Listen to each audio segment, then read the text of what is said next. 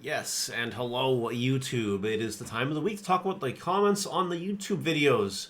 My favorite part about making YouTube videos, or one of my favorite parts rather, is communicating back with the audience. Because I love the audience. You guys are here watching the videos. I think you guys deserve to get responded to. If you comment. I'm fumbling the bag here. But anyway, let's talk about some YouTube comments. And if you guys want to be in this video or any YouTube comment video, just leave a comment and you'll be in. You'll be in maybe. Jazz Flute says it's pronounced gas tin, and seemingly I knew it. Okay, so sometimes I say things incorrectly. You know what I mean?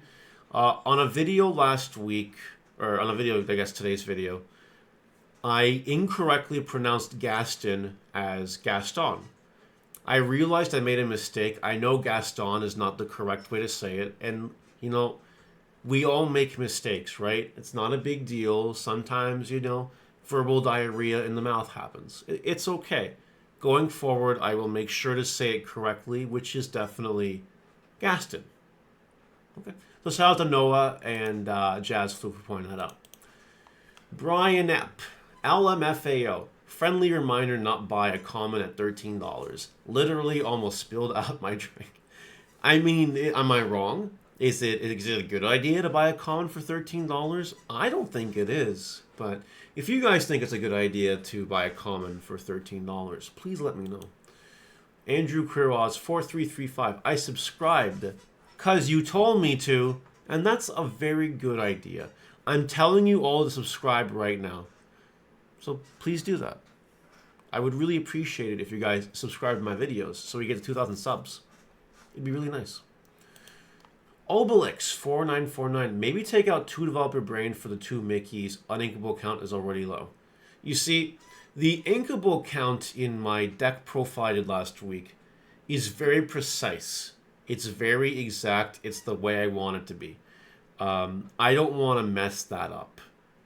It is already low. It's not a big deal. People think that... I've noticed a trend in this game where people treat you like a leper. If you have a deck with an ink count that doesn't have like 48 ink or some inkable cards or something like that, like they treat you like a leper. Like you have some kind of disease that's contagious. And that's not the case. I've built decks like with 40 inkable cards, and it works out. You just got to be smart. You got to use your brain a little bit. It's not deck building error. It's just a way to build your deck. See, there's a reason a lot of good cards are uninkable, and you kind of have to mitigate your pros and cons. So it's all about deck building. It's all about, playing the right cards at the right time and inking the right cards at the right time. All that stuff. But no, I can't mess with the ink count any lower than it already is, unfortunately. If you don't like that, that's unfortunate. But you should definitely try it and see if you like it. KO Cards says that he has a very similar list to mine that he's been testing. And that's actually a really cool thing. It is very nice to know that, the community likes the deck profiles and that they have similar things going on. It's nice when our hearts are all synced like that, you know what I mean? All right. This is in response to my reveals for the last week's reveals, which only had the 2 cards. This week we're getting spoiled in comparison. That'll be a whole different topic for next week, I promise you. But Mark Berger 8532 says that Madam Mim can already be used to ready characters. Madam Mim can also be used to ready characters after they've quested, so they can't be attacked into once you replay the character they come in ready. She's great for Amethyst. This is a very good point. You can definitely quest with something, or sing a song with something, or attack with something. Bounce it back to your hand with Madam Mim, and if you have the ink left over, just play it. It's really good. Like the Madam Mim, all our Madam Mims are incredible cards. And the fact that they bounce cards back to hand is just crazy. It's not just synergy with the Merlin cards. It's actually just really good value in an Amethyst deck, which is all about already having good value. It's really strong. A lot of people are talking about Madam Mim, like for real. You can only take so many comments about it. Rock Liak says Madame Mim is so good, not only for utility but practical uses. There are little drawbacks. Oh, you got to bounce back on one of your cards? At worst, you can ink the card. It replaces your hand. Most small cost characters played late game are bad. You play Mim and return a character that has removal or draw power. It's like a mini Hades. she also trades perfectly with Cusco. Oh, you don't need to play Zeus anymore either, and when it's exerted, it can do 4 damage back? Skittles McGee, this card is incredible. Photo stonks on this card, let's go. Laughing emoji. This guy went right deep into Madam Mim and talking about every potential strategy you can use with it. And he's right. Nothing here is wrong. Everything he said is correct. Like, Madame Mim is that good.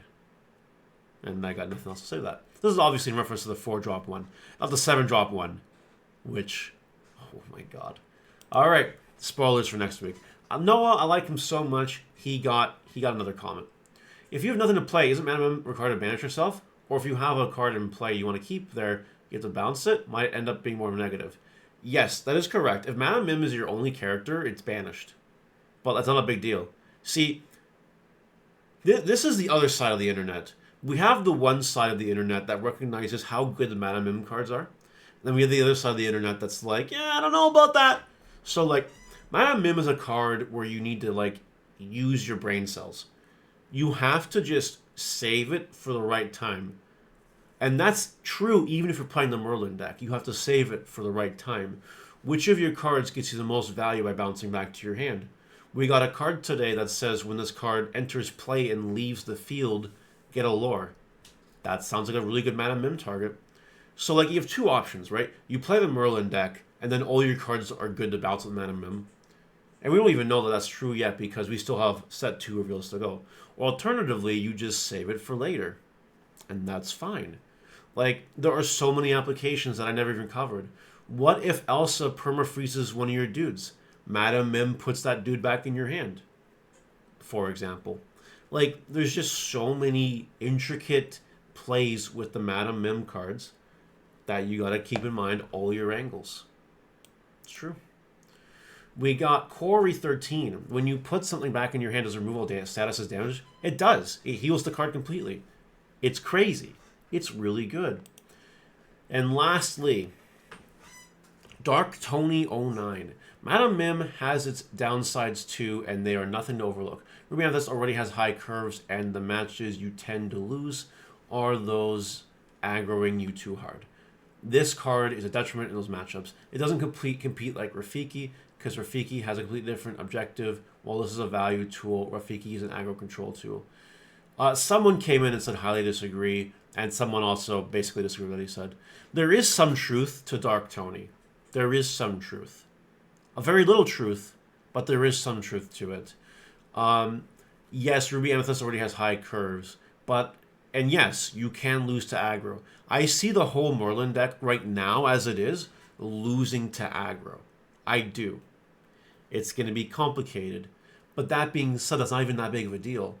Because, like, let's say you're playing against aggro, and they, like, quest a Cusco or whatever. Well, all you need to do is, it's turn 5, right? Even if you have nothing on board, because for some reason they emptied your board or whatever, you can drop a 1-drop, drop the Madam Mim for 4, bounce the guy back to your hand, crash into Cusco, you're fine. You're chilling. You're chilling. Maybe that saves you. Anyway, I understand the drawback. Rafiki is just straight Rafiki. You play him, he kills something, or does enough damage for you to kill something else, and it leaves, and that's it. Madam Mim is kind of similar to that. It can play the same role, just a little more complicated, because you got to bounce something, and then you can also just do whatever you want with it. So yeah, that's it for today's comment review section. People are getting really excited with Madam Mim cards, and especially going into next week, we have a lot to talk about. So hope you guys enjoyed that. Let me know what you think in the comments. Bye!